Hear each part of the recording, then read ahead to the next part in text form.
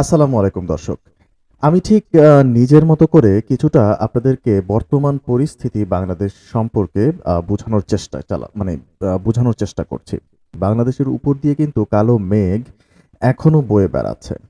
এবং একটা জিনিস যদি অবজার্ভ করে দেখেন যে ৫ই আগস্ট শেখ হাসিনা সরকার এবং শেখ হাসিনার পদত্যাগের পর থেকে নিয়ে এখন পর্যন্ত বাংলাদেশ যতটা ভালোভাবে দাঁড়ানোর চেষ্টা করছে এবং যত ভালোভাবে দাঁড়িয়েছে না কেন, ঠিক ততটুকুই আ ঠিক ততটুকুই কিন্তু বাংলাদেশকে আবার পেছনে ফেলার একটা ষড়যন্ত্র চলছে। পুরো বাংলাদেশ জুড়ে কিন্তু একটা ষড়যন্ত্রের গন্ধ আ ইতিমধ্যে আমরা পাচ্ছি। এবং আমরা মানে আ বাংলাদেশের জনগণ থেকে নিয়ে ছাত্র সমাজ, আ তার পাশাপাশি বাংলাদেশের যারা বুদ্ধিজীবী আছে, যারা বাংলাদেশকে নিয়ে গবেষণা করে তারা কিন্তু আগে থেকেই জানে এবং জানতো যে বাংলাদেশের মধ্যে কিন্তু শেখ হাসিনার পরে আ ষড়যন্ত্র কিন্তু আ চলতেই থাকবে। এটা চলমান একটা প্রক্রিয়া। এটা নিয়ে কিন্তু ভয় পাওয়ার তেমন কিছু নেই। আম তবে সেটি হচ্ছে যে আমরা একটি বিষয়ে যেটি খুব স্পষ্ট দেখতে পাচ্ছি যে বাংলাদেশকে নিয়ে যে ষড়যন্ত্রগুলো হচ্ছে তার মধ্যে একটি হচ্ছে ৪১ চিকিৎসক অবাঞ্ছিত সেবা বন্ধ খুলনা মেডিকেলে। তারপর হচ্ছে আন্দোলনের মুখে সাভারে আ ৬০ পোশাক কারখানা বন্ধ হয়ে গেছে। তারপর তারপর যদি আমরা দেখি যে শ্রমিক নয় বিশৃঙ্খলা করছে বহিরাগতরা, উপদেষ্টা হাসান আরিফ উনি জানিয়েছেন। দেখুন দর্শক, প্রথমত কিছু বিষয় আপনাদের সামনে স্পষ্ট করে দিতে চাই। আ এই যে সংবাদ শিরোনামগুলো ঢাকা পোস্টের আ সংবাদ শিরোনামগুলো আপনাদেরকে পড়ে শোনালাম, তার মধ্যে সবথেকে আম চিন্তার বিষয় সেটি হচ্ছে এই যে পোশাক কারখানাগুলো বন্ধ হয়ে গেছে বা এই যে আ আ পোশাক শ্রমিকরা যারা আন্দোলন চালাচ্ছে বর্তমানে, উপদেষ্টা আরিফ কিন্তু একটি কথা খুব ক্লিয়ারলি বলে দিয়েছেন যে, শ্রমিক নয় বিশৃঙ্খলা করছে বহিরাগতরা। উনি যেটি বলতে চেয়েছেন, আ উনি যেটি বুঝিয়েছেন সেটি হচ্ছে চারিদিকে যে শ্রমিক অসন্তোষ হচ্ছে তা নিয়ে আজ আমরা বৈঠক করেছি। আমরা খবর পাচ্ছি প্রকৃত শ্রমিক যারা তারা কেউ নিজের বাড়ি পোড়াবে না। কারণ এখানে তার জীবিকা। এটা বহিরাগতরা এসে এগুলো করছে। তাদেরকে আপনারা বাধা দেন, আপনারা তাদের বাধা দিলে আমরাও আপনাদের সঙ্গে থাকব।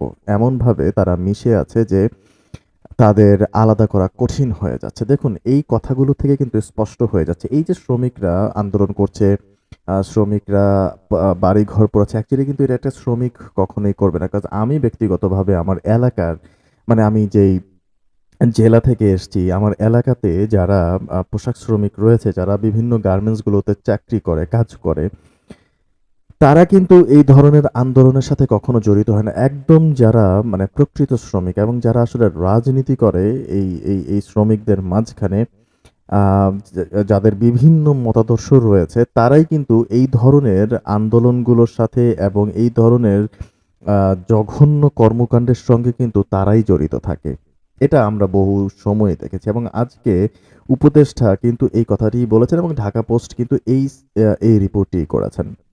দেখুন, এই যে ষড়যন্ত্রগুলো নানান দিক থেকে হচ্ছে, এই ষড়যন্ত্রগুলো কিন্তু আম সবাইকে একত্রে মোকাবেলা করতে হবে। এটিই কিন্তু বলছে বিভিন্ন জনগণ এবং এটিই কিন্তু বিভিন্ন জনদের মতামতও। যেমন আপনারা দেখুন যে উপদেষ্টা আরিফ কিন্তু একটি কথাই বলছেন যে, "আপনারা সকলে একত্রে আসুন, আমরাও আপনাদের সঙ্গে থাকব।" অতএব বর্তমান অন্তর্বর্তী সরকারকে কিন্তু এই আ পরিস্থিতিগুলো মোকাবেলা করেই কিন্তু সামনে এগোতে হবে এবং আমি বিশ্বাস করি যে এই যে শ্রমিক যারা রয়েছে তারা কিন্তু আগে থেকেই জানতো যে তারা কোন মতাদর্শে আছে এবং ওই শ্রমিকরা কিন্তু ঠিক ওদের যারাই বাহির থেকে কলকাঠি নাড়ছে তাদের ইশারাতেই কিন্তু তারা বর্তমান অন্তর্বর্তী সরকারকে একটু অস্থিতিশীল করার পরিকল্পনা করছে এবং বর্তমান আম অন্তর্বর্তী সরকারও কিন্তু জানেন যে আম আ আ উনারা ক্ষমতা নিলে পরে কিন্তু তাদেরকে কি ফেস করতে হবে এবং কোন জায়গাগুলোতে তাদের কষ্ট হয়ে যাবে এবং আমি বিশ্বাস করি এবং আমার কাছে যতটুকু মনে হচ্ছে যে তারা কিন্তু ইতিমধ্যে কিভাবে মোকাবেলা করবে সেটির অলরেডি একটা রূপরেখা সাজিয়ে ফেলেছে এবং সেইভাবেই কিন্তু তারা কাজ চালিয়ে যাচ্ছে। তবে আমি একটি কথাই দর্শক আপনাদেরকে বলতে চাই, বাংলাদেশকে ঘিরে শুধু ভেতর থেকেই নয়, বাহির থেকেও নানান ষড়যন্ত্র হচ্ছে, হবে এবং অতীতেও হয়েছে, সামনেও হবে। ইটস নট দ্যাট মানে ইটস নট দি এন্ড। এটি আমার কাছে মনে হচ্ছে ইটস নট দি এন্ড। কারণ বাংলাদেশকে ঘিরে অনেকের স্বার্থ রয়েছে। কারণ বাংলাদেশে গত ১৬ বছরে অনেক পরিমাণ ইনভেস্টমেন্টস হয়ে গেছে এবং এখন যদি তাদের স্বার্থের বাহিরের কেউ এসে ক্ষমতা দখল করে নেয়, তবে হয়তোবা তারা সেই জায়গাগুলো ফিল আপ করতে পারবে না, বা তাদের যেই আকাঙ্ক্ষা ছিল এত বছর, সেই আকাঙ্ক্ষাগুলো হয়তোবা সামহাউ সামওয়্যার হয়তোবা নষ্ট হয়ে যাবে, বা সামহাউ সামওয়্যার হয়তোবা সেই আকাঙ্ক্ষাগুলো ফিল আপ হবে না। সো সেই জায়গা থেকে কিন্তু তারা চেষ্টা চালিয়ে যাবে এবং আমি বিশ্বাস করি আমাদের জনতা, আমাদের জনগণ হয়তোবা এগুলোকে মোকাবেলা করবে। এবং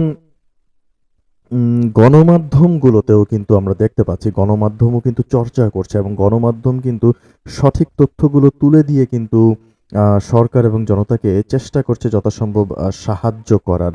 সো আশা করছি এই এই সমন্বয় সকলের মধ্যেই থাকবে এবং আশা করছি যে বাংলাদেশ সকল ষড়যন্ত্র মোকাবেলা করে সামনে এগিয়ে যাবে। সামনের বাংলাদেশ রাষ্ট্রটি যেন সামনের সময়ে আরো সুন্দর, শান্তিময় এবং সুখময় একটি রাষ্ট্র হিসাবে যেন বাংলাদেশ পৃথিবীর বুকে পরিচিতি পায়, সেই আশাই করব এবং দেখছি সামনের সময়ে কি হবে। ধন্যবাদ।